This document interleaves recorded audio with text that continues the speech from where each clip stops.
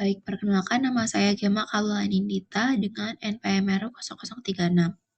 Pada kesempatan kali ini, saya akan mempresentasikan materi mengenai analisis gigi campuran menggunakan metode Moyers.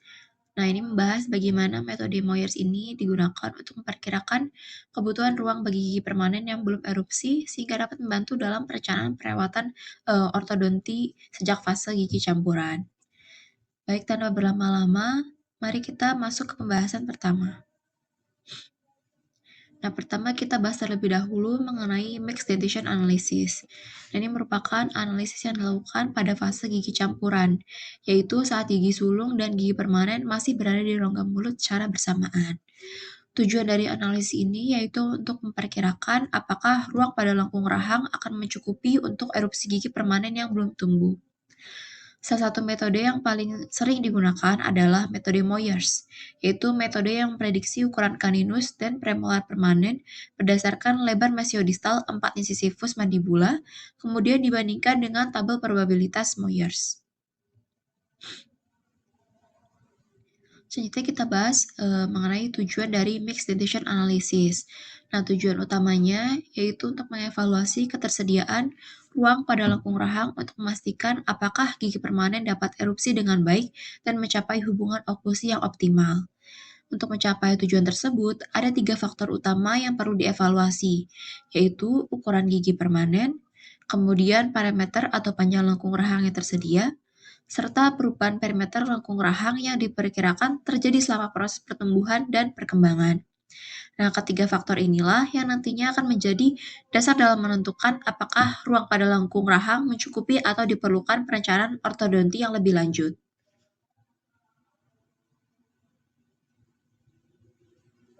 Nah, metode Moyers ini menjadi salah satu metode yang paling banyak digunakan karena memiliki beberapa keunggulan. Metode ini memiliki kesalahan sistematis yang minimal dan memberikan hasil yang konsisten, baik digunakan oleh operator yang sudah berpengalaman maupun yang masih belajar. Selain itu, prosedurnya cepat dan mudah untuk dilakukan, serta tidak memerlukan peralatan atau radiografi khusus. Analisis juga dapat dilakukan menggunakan model studi maupun langsung di rongga mulut sehingga praktis diterapkan pada lengkung rahang maksila maupun mandibula. Nah, karena keunggulan-keunggulan tersebut, metode Moyers ini masih banyak digunakan sebagai analisis awal dalam perencanaan perawatan ortodonti. Selanjutnya kita masuk ke dasar prediksi ukuran gigi pada metode Moyers. Nah, metode ini didasarkan pada prinsip bahwa ukuran gigi pada seseorang cenderung memiliki hubungan atau korelasi. Artinya, apabila ukuran gigi pada satu bagian lengkung rahang relatif besar, maka ukuran gigi pada bagian lainnya juga cenderung besar. Nah, oleh karena itu, Moyers ini menggunakan 4 incisivus mandibula sebagai dasar prediksi karena gigi ini erupsi lebih awal, kemudian mudah diukur secara akurat, dan memiliki korelasi yang tinggi dengan ukuran kaninus serta premolar permanen yang belum erupsi. Dengan dasar tersebut, ukuran gigi yang belum tumbuh dapat diperkirakan sebelum erupsi terjadi. Nah, setelah kita memahami dasar prediksinya, selanjutnya kita perlu mengetahui prinsip penggunaan mixed dentition analysis. Hal yang paling penting adalah bahwa hasil mixed dentition analysis ini merupakan estimasi, jadi bukan nilai yang bersifat absolut.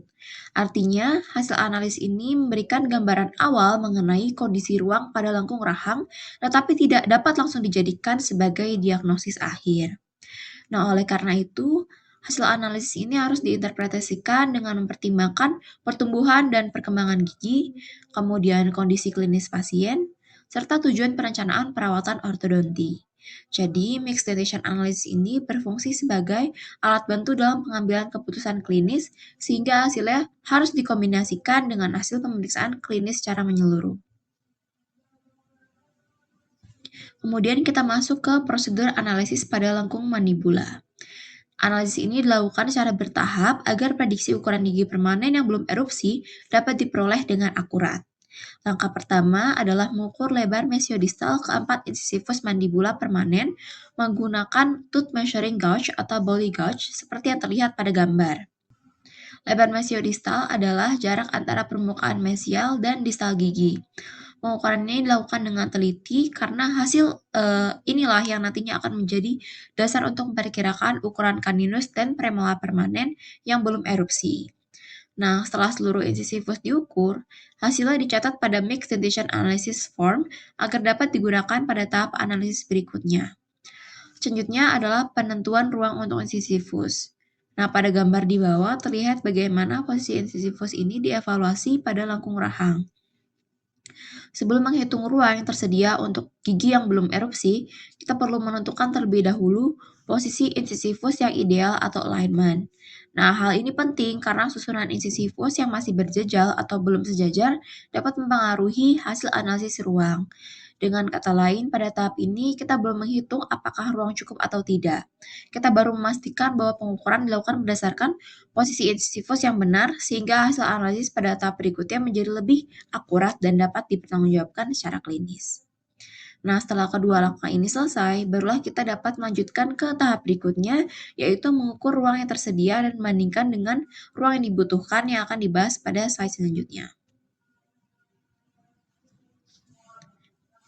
Nah, kemudian analisis dilanjutkan dengan mengukur ruang yang tersedia pada lengkung mandibula. Hasil pengukuran tersebut kemudian dicatat pada Mixed Dentition Analysis Form, seperti yang terlihat pada gambar di sebelah kanan.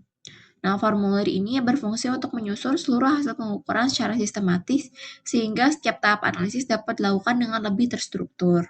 Selanjutnya dilakukan prediksi ukuran kaninus dan premolar permanen yang belum erupsi. Nah, prediksi ini tidak dilakukan dengan perkiraan, tetapi menggunakan tabel probabilitas Myers. Nah, pada tabel ini kita menggunakan jumlah lebar mesiodistal 4 insisivus mandibula yang telah diukur sebelumnya. Nilai tersebut dicocokkan dengan tingkat probabilitas yang dalam praktik klinis umumnya menggunakan 75%, sehingga diperoleh perkiraan ukuran kaninus dan premolar permanen. Nah, setelah nilai prediksi diperoleh, langkah terakhir adalah membandingkan ruang yang tersedia dengan ruang yang dibutuhkan. Apabila ruang yang tersedia lebih kecil daripada ruang yang dibutuhkan, maka terdapat kecenderungan crowding. Namun jika ruang yang tersedia itu lebih besar, dapat terjadi spacing. Nah, hasil perbandingan inilah yang akan menjadi dasar dalam menentukan kebutuhan perawatan ortodonti pada pasien. Nah, selain menggunakan tabel probabilitas Myers, terdapat metode lain yang lebih sederhana, yaitu short method. Nah, metode ini digunakan untuk memperkirakan ukuran kaninus dan premolar permanen yang belum erupsi dengan perhitungan yang lebih cepat, sehingga tidak perlu membaca tabel probabilitas. Nah, untuk lengkung mandibula, caranya adalah dengan menjumlahkan lebar mesiodistal 4 insisivus mandibula, kemudian dibagi 2, dan ditambahkan 10,5 mm.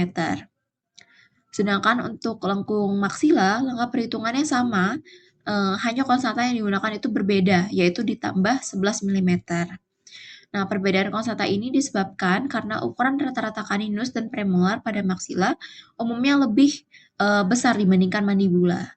Kemudian lebih praktis dan cepat digunakan. Namun short method ini tetap merupakan metode estimasi. Nah, oleh karena itu dalam praktik klinis, pemilihan metode harus disesuaikan dengan kondisi pasien dan kebutuhan pemeriksaan. Setelah analisis pada lengkung mandibula selesai dilakukan, prosedur yang sama kemudian diterapkan pada lengkung maksila. Namun terdapat satu hal yang perlu diperhatikan. Pada analisis maksila, posisi insisivus ini harus ditentukan terlebih dahulu karena posisi insisivus ini akan mempengaruhi kebutuhan ruang pada lengkung rahang. Seperti yang terlihat pada gambar pertama, setelah posisi insisivus ditetapkan, selanjutnya dilakukan pengukuran ruang yang tersedia untuk erupsi kaninus dan premolar permanen. Kemudian pada gambar berikutnya, ruang yang tersedia dibandingkan dengan hasil prediksi ukuran kaninus dan premolar yang telah diperoleh pada tahap sebelumnya. Dari perbandingan tersebut dapat diketahui apakah ruang pada lengkung maksila mencukupi atau masih terdapat kekurangan ruang. Meskipun prinsip analisisnya sama dengan mandibula, evaluasi pada maksila menjadi sangat penting karena kondisi lengkung rahang atas itu berpengaruh terhadap hubungan oklusi dan perencanaan perawatan ortodonti secara keseluruhan. Nah, selain menggunakan model studi, mixed dentation analysis juga dapat dimodifikasi dengan bantuan radiograf, terutama ketika diperlukan perkiraan ukuran gigi permanen yang belum erupsi secara lebih akurat. Seperti yang terlihat pada gambar, pengukuran dilakukan pada gigi sulung yang sudah erupsi dan benih gigi permanen yang masih terlihat pada radiograf. Namun hasil pengukuran pada radiograf tidak dapat langsung digunakan karena radiograf ini memiliki efek pembesaran atau magnifikasi. Oleh karena itu, digunakan rumus koreksi seperti yang ditampilkan pada slide. Nah, rumus ini bertujuan untuk mengubah ukuran gigi pada radiograf menjadi perkiraan ukuran sebenarnya. Nah, di sini X merupakan lebar sebenarnya gigi permanen yang belum erupsi, sedangkan X aksen adalah lebar gigi permanen yang diukur pada radiograf. Sementara itu, Y adalah lebar sebenarnya gigi sulung, dan Y aksen adalah lebar gigi sulung pada radiograf.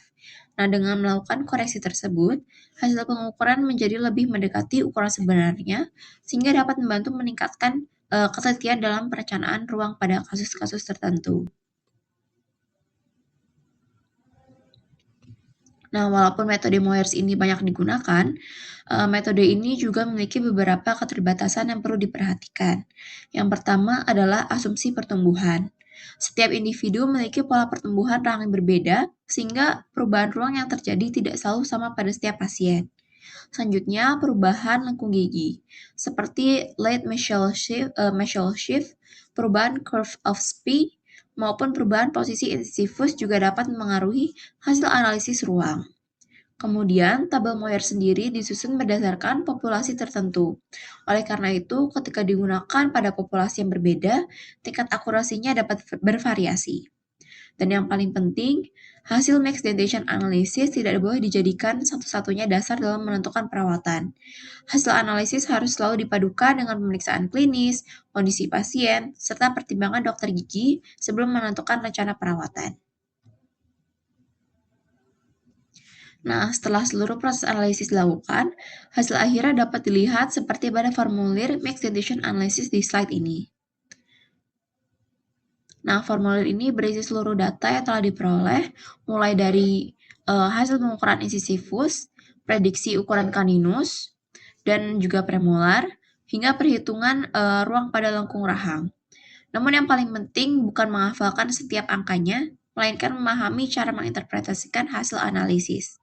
Pertama, kita melihat total space available, yaitu jumlah ruang yang tersedia pada lengkung rahang. Kemudian dibandingkan dengan total space required, yaitu ruang yang dibutuhkan agar seluruh gigi permanen dapat erupsi dan tersusun dengan baik. Nah, dari perbandingan kedua nilai tersebut, kita dapat mengetahui apakah pasien ini memiliki kekurangan ruang atau crowding, kelebihan ruang atau spacing, atau justru memiliki keseimbangan ruang, sehingga erupsi gigi permanen ini diperkirakan dapat berlangsung dengan baik. Jadi, formulir ini menjadi ringkasan dari seluruh tahapan mixed dentation analysis dan membantu dokter gigi dalam mengambil keputusan terkait perencanaan perawatan ortodonti. Sekian presentasi dari saya, terima kasih.